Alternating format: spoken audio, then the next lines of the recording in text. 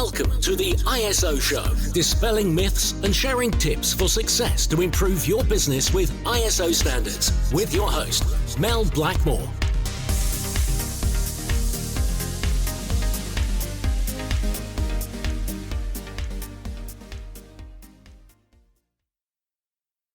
Hi everyone, and welcome to the ISO Show.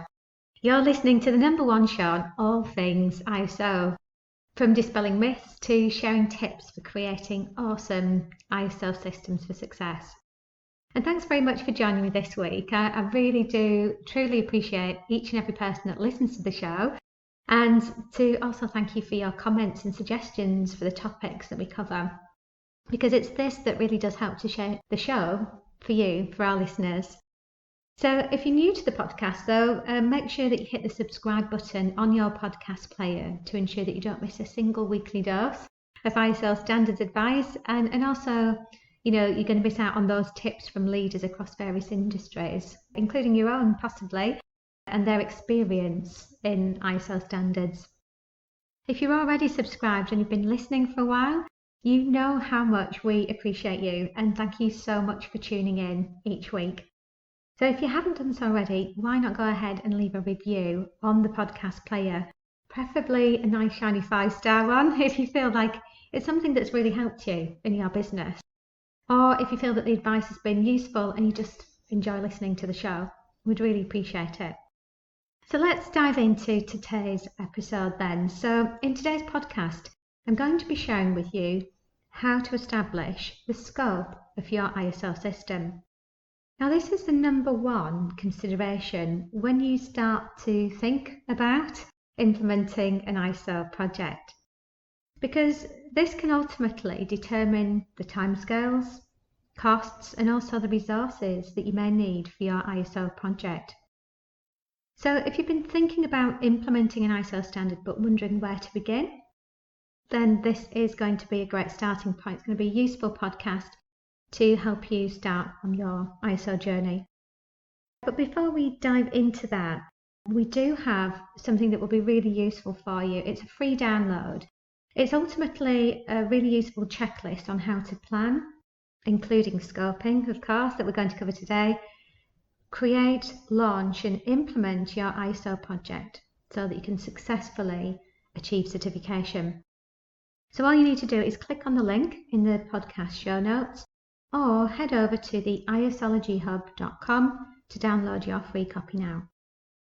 Whilst you're there, you may also want to obviously check out our membership, which includes all the tutorials, check sheets, templates, e-learning, etc., on how to implement and maintain ISO standards. So, the scope of the ISO project that you're considering implementing.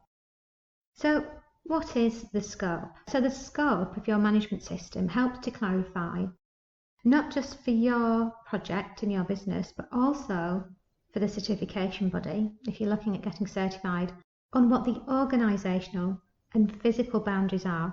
Okay, so the organisational boundaries could be your services, your functions, and for the physical boundaries, it could be all of your company's locations or just one or two.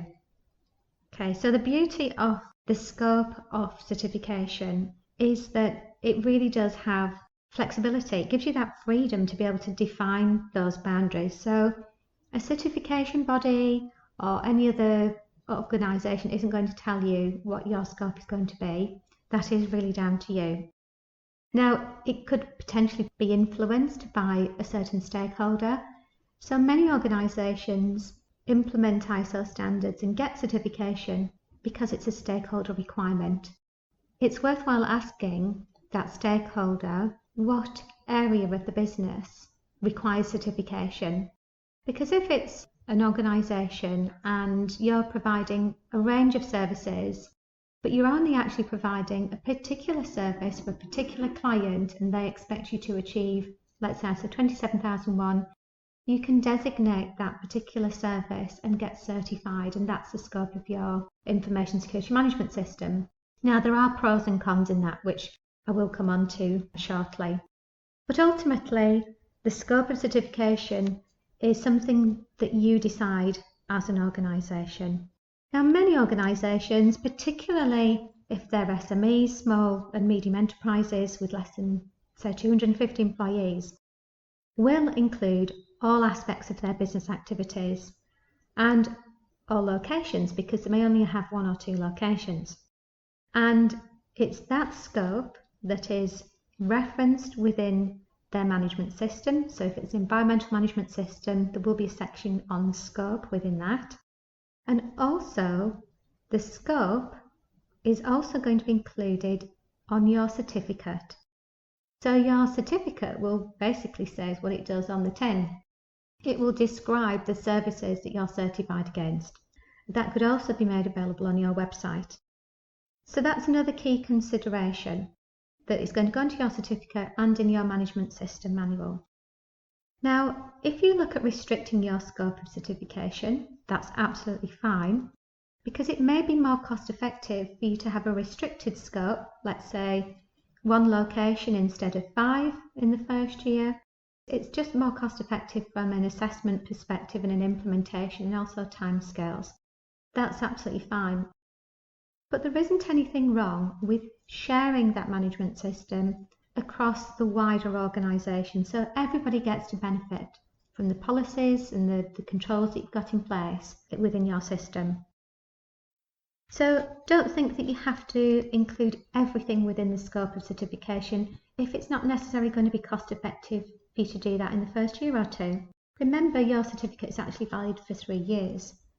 So what some organisations will do is include the scope of certification on a smaller scale for year 1, and then in years 2 and 3 they can extend the scope of certification.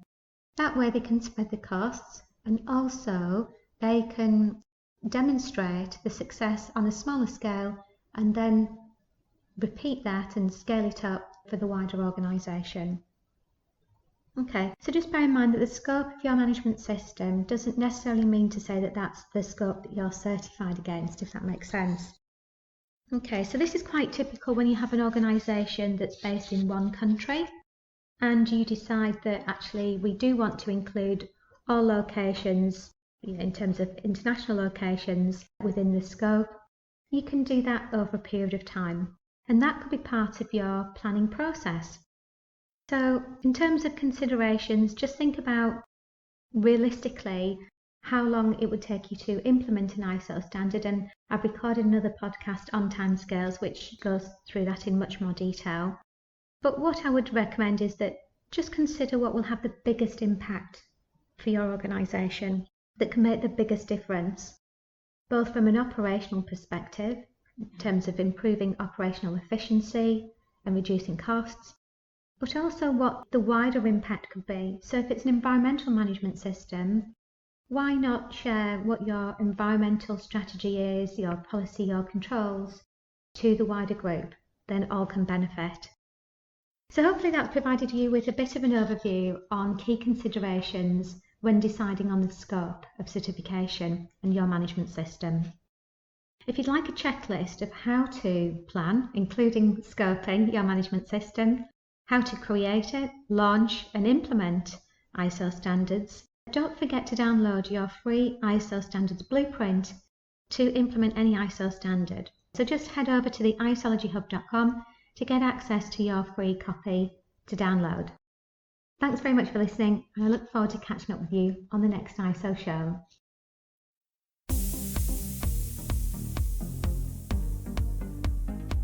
Looking to achieve certification to an ISO standard, or just need a helping hand with ISO compliance? Contact us at blackmoresuk.com